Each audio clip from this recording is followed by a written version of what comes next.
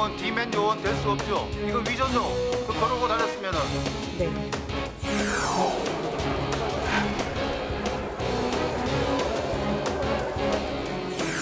정치 검찰이 파놓은 함정이라는 거 잘 알고 있습니다. 특권을 바란 바도 없고 잘못한 것도 없고 피할 이유도 없으니 당당하게 맞서겠습니다. 호법사라고 규정을 하고 오늘 이 자리에 함께 온 것입니다.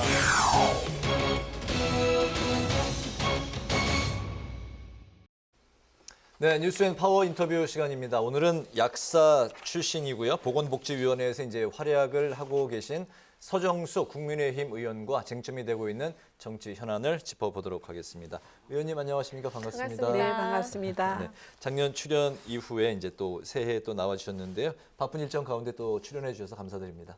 네, 새해 복 많이 받으세요. 네, 반갑습니다. 네, 새해 복 많이 네. 받으십시오. 의원님께서 이제 그 국회의원이 되시기 전에 이제 약사로 또 이제 활동을 이제 하셨었는데 국회의원이 되신 후에 보건복지부에서 지금 이제 활동을 하시는데 약사의 경험이 이 보건복지부에서 활동을 하시는 거에 어떻게 좀 그 연계성이라든가 그 도움 측면에서는 어떻습니까? 네, 제가 지역 사회에서 약국도 경영하고 또 약사 직능단체 대표도 해보고 또 커뮤니티에서 사회봉사 활동도 해본 경험이 그 국민의 민생을 담당하는 국회에서 상당히 큰 도움이 되고 있습니다. 그 현장에서의 경험이 우리 사회적인 질병이 또 인간의 육체적인 질병에도 영향을 미치고 또 우리 사회 구조적인 병폐가 얼마나 국민들의 건강도 위협한다는 것을 많이 깨닫고 그런 어떤 베이스 하에서 제가 또 보건의료 정책, 복지 정책을 들여다볼 수 있는 게 큰 도움이 되고 있습니다. 네, 다음 주에 실내 마스크 해제 논의에 착수를 한다고 하는데 그 변수가 있습니다. 최근 중국 유행 상황인데요. 약사 출신인 의원님께서 판단을 하시기에 시기가 적절하다고 생각을 하십니까? 네, 실내 마스크 해제에 대해서는 저희 국민의힘에서도 정책위원회를 통해서 저희가 보건복지위원들하고 간담회도 하고 또 국민들의 소리도 들어보고 했는데요. 이제는 좀 저희가 확진자 수도 좀 감소되고 있고 또 변이종이 생겼지만 그 강도도 약해졌고 저희 나라의 또 병상 가동률, 중증 환자를 수용할 수 있는 병상 가동률도 충분하기 때문에 이제는 실내 마스크 해제에 대한 좀 적극적인 검토가 필요하다는 생각이 듭니다. 네. 하면은 만약에 그 마스크를 이제 해제를 한다면 언제쯤이 좀 적절하다 이렇게 생각하시는 게 시기가 있으실까요? 네, 저희가 사실 이제 이 바이러스 감염에 의한 감염병은 사실은 아무도 정확한 예측은 할 수 없지만 그동안 저희가 3년간 겪은 경험과 최근의 어떤 그런 걸 보면 지금 정부에서도 4가지 지표 중에 2가지 지표가 좀 충족이 되면 네. 해제를 검토하겠다고 하셨지 않습니까?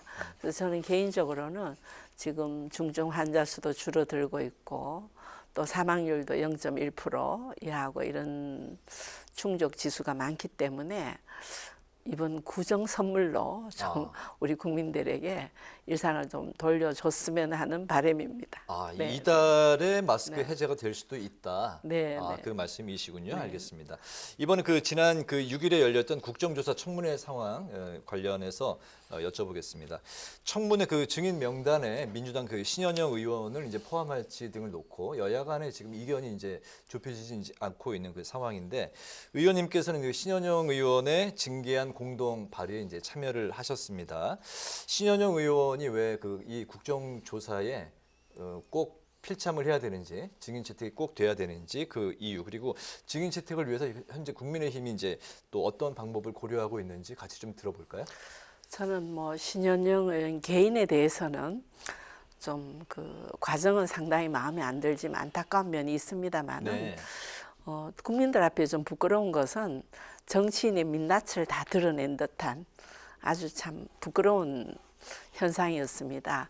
그 엄중한 시점에 많은 사람이 어떤 이유로든 죽은 그 현장에서 그것을 정말 보건의료인 출신인 국회의원이 생명 존중 사상을 갖고 접하지 않고 그 참사 현장을 나의 정치 여정에서 어떻게 나를 돋보이게 할 건가에 여러 가지 닥터카 이용이라든지 그로 인해서 골든타임 20분을 놓치고 또 뭐 그렇게 어떤 뭐 그거를 뭐 과학적으로 증명할 수는 없겠지만 그로 인해서 생명이 한두 명이라도 더 살릴 수 있었을 텐데 하는 안타까움, 거기다가 또 복지부 장관 차를 이용한 면, 또 이런 것들이 저는 국민들이 점점 정치인들에게서 실망하는, 국민들이 상당히 좀 똑똑하고 수준이 높은데 정치인들은 그걸 모르고 국민들이 계속 속이려고 들고 나의 홍보에 치우치고, 현장에서 땀 흘리고 일할 때 국민들이 그걸 지켜보게 해야지 우리가 홍보에 치중하다 보면 실제적인 일을 못합니다. 그래서 그런 부분들이 저 자신의 의정 활동에서도 그런 걸 탈피하려고 혼신의 노력을 하고 있습니다마는 정치적인 현실이 신현영 의원은 좀 너무 심했고요. 많은 그런 부분들이 아직 있습니다. 정치인 모두가 저는 때로는 반성해야 될 일부라고 생각합니다. 네. 반드시 그 증인으로 채택이 되어야 된다고 생각을 당연히 하시는 거예요? 되어야 이 부분은 되고. 양보가 절대 없는 겁니다. 그렇습니다. 국민이 그 많은 생명이 죽어간 현장에서 그런 일은 더군다나 이 나라의 지도자로서 있을 수 없는 일이기 때문에 명명백백하게 저는 밝혀야 된다고 생각합니다. 알겠습니다. 네, 네. 네, 또 오늘 그 이재명 대표가 검찰에 출석을 했는데요. 이전에 그 김대중 노무현 전 대통령까지 언급을 하면서 10분 정도 동안 정말 그 결백을 주장을 했습니다. 그리고 또 그 민주당 지도부를 포함해서 의원들 50여 명을 또 대동을 했는데, 자, 이 장면 의원님께서 어떻게 보셨습니까? 저는 그 장면을 보는 순간 적반하장도 참 유분수다. 우리가 정말 뭐 어른들께서 말씀하시죠. 터진 입으로 무슨 말을 못 하겠느냐고 하는데, 아무리 우리가 정치인이지만 뭐 사람이 잘못할 때도 있죠.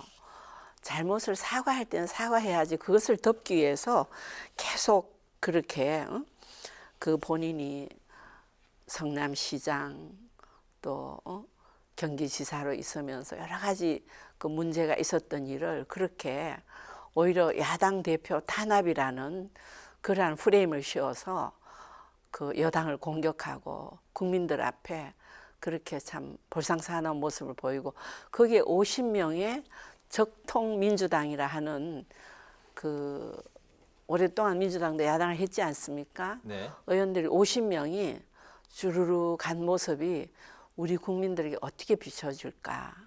참 21대 같은 국회의원으로서 참 부끄럽습니다. 네네. 네, 네. 알겠습니다. 네. 검찰이 이제 이재명 대표에게 적용한 혐의가 이제 제3자 뇌물죄 의혹입니다.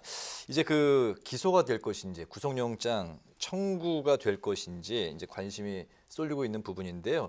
그 충분한 증거를 갖고 있다, 이제 검찰이 자신감을 보이고 있고, 이재명 대표도 정치 검찰에 당당히 맞서 싸우겠다, 이런 입장을 오늘 밝혔습니다.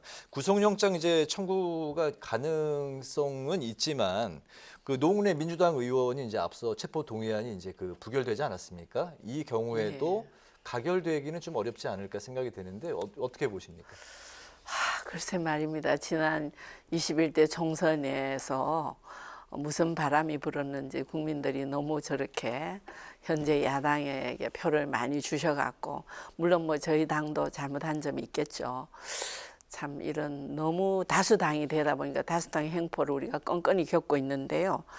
그래도 민주당이 적통 진보당이라면 최소한 그 부분은 국민들 앞에 신의를 지켜줘야 된다 생각합니다. 내 식구를 감싸기 위해서 국회를 계속 방탄 국회로 활용하고 방탄 야당이 되어서는 저는 그 당에도 좋은 분들도 계실 텐데 쉽게 말해서 도매금으로 넘어가는 그런 야당이 되지 않았으면 하는 바람입니다. 네. 네네. 오늘 그 아마 네. 늦게까지 조사를 이제 계속 이어질 걸로 이제 그 예상이 되는데, 결과가 좀 어떻게 나올 것 같습니까? 이재명 네네. 대표에 대한 거요. 네. 글쎄 제가 알기로는 지금 윤석열 정부가 상당히 그 법치주의를 바로 세우려고 노력하고 있고, 국민들이 갈망하는 공정과 이런 것을 지금 노력하고 계시는데 절차에 따라서 아마 정확하게 수사해서 지금 그동안 언론에 보도된 것만 해도 구속적으로 가는 것이 수순이 아닌가 뭐 이런 생각이 듭니다. 구속영장 청구 가능성을 네, 높게 보시는군요. 네, 저는 높게 보고 있습니다. 여러 가지 뭐 일련에 제가 여기 방송에서 다 말씀할 수는 없지만 주변 인물이 많이 또 어떻게 유명을 달리하고 또 직접 측근이었던 분이 구두로 또 증언한 부분도 있지 않습니까? 녹취된 부분도 있고 녹취된 부분은 뭐 참 녹내 의원 건이었지만 그런 부분이 있기 때문에 저는 이렇게 생각합니다. 내가 어쨌든 입법부라는 지도자 위치에 왔을 때 또 나름대로 노력도 하고 어느 정도 갖추었기 때문에 왔지만 저 이상으로 국회에 들어오지 않은 국민들도 각 분야에서 다 똑똑하고 현명하다는 생각을 우리가 가진다면 이제는 국민을 속일 생각을 하지 않아야 되고 내 잘못을 남의 핑계로 대는 이런 것도 이제는 좀 불식시켜야 되지 않나. 이것이 상식적인 국민의 모습이라고 저는 생각을 합니다. 네. 네. 네, 의원님께서는 그동안 우리 국민의 건강 증진과 또 의료계, 약업계 발전을 위해서 정말 활발하게 법안 발의 활동을 해오셨는데요. 올해는 또 어떤 부분에 중점을 두고 법안 발의를 하실 계획인지 궁금합니다. 네. 제가 그동안 1차 년도, 2차 년도에 입법 발의한 부분은 주로 이제 그 소외계층, 네. 아동안전법이라든지 또 장애인 이동증진법 이런 걸 했습니다만은 뭐 늘상 그 부분도 신경 쓰고 있지만 지금은 이제 또 건강도시법, 우리나라가 건강한 나라가 되기 위해서는 국민 건강 증진에 관한 개정 법률안을 제가 내서 우리 모든 도시 중심의 지금 사회가 건강 도시의 환경을 갖춘다면 국민의 질병도 훨씬 줄일 수 있고 또 그 줄어든 어떤 질병의 어떤 소요되는 경비로 국민의 다른 복지를 또 향상시킬 수 있기 때문에 저희가 선진국도 되고 또 100세 시대에 건강 장수를 하는 나라가 될 것 같습니다. 그렇게 되면 우리나라도 행복한 국민이 될 것 같고요. 또 그러한 것에 우리가 사회적 환경적 요인으로 정치 지도자 및 사회 각 분야의 지도자들이 국민들에게 스트레스를 좀 안 주는 지도자 역할을 좀 해야 된다는 생각으로 그런 쪽에 입법을 하고 생명 존중 사상을 바탕으로 하는 입법을 발의해 놓은 것도 있지만 아직 통과는 못 됐습니다만은 네, 뭐 낙태법이라든지 또 뭐 포괄적 차별금지법 또 가정의 근간을 무너뜨리지 않는 건강가정기본법 개정안 등을 지켜나갈 생각이고요. 또 향후에는 뭐 또 저의 비례대표로 들어올 때 슬로건이었던 우리 미래 국부 창출의 근간이 될 수 있는 바이오 제약 산업 육성법을 제가 최근에 발의했습니다. 그래서 그런 것들을 통해서 조금 더 생산적이고 미래지향적이고 그러면서도 현재 너무 고통받는 약자를 보듬는 그들에게 다가가서 살피는 법안을 지속적으로 계속 발의할 생각입니다. 네, 네. 사회적 약자가 많이 혜택을 받을 수 있는 네, 그런 보건 정책이 많이 쏟아져 나왔으면 좋겠습니다. 네, 그렇게 볼 알겠습니다. 생각입니다. 감사합니다. 네. 오늘 그 뉴스엔 이제 파워 인터뷰 이제 마칠 시간이 됐습니다. 지금까지 국민의힘 서정숙 의원과 신현영 의원 증인 채택을 둘러싼 공방부터 이재명 대표 검찰 출석 이야기까지 뜨거운 정치 현안에 대해서 관련 이야기를 나눠봤습니다. 오늘 말씀 잘 들었습니다. 감사합니다. 고맙습니다. 네, 감사합니다.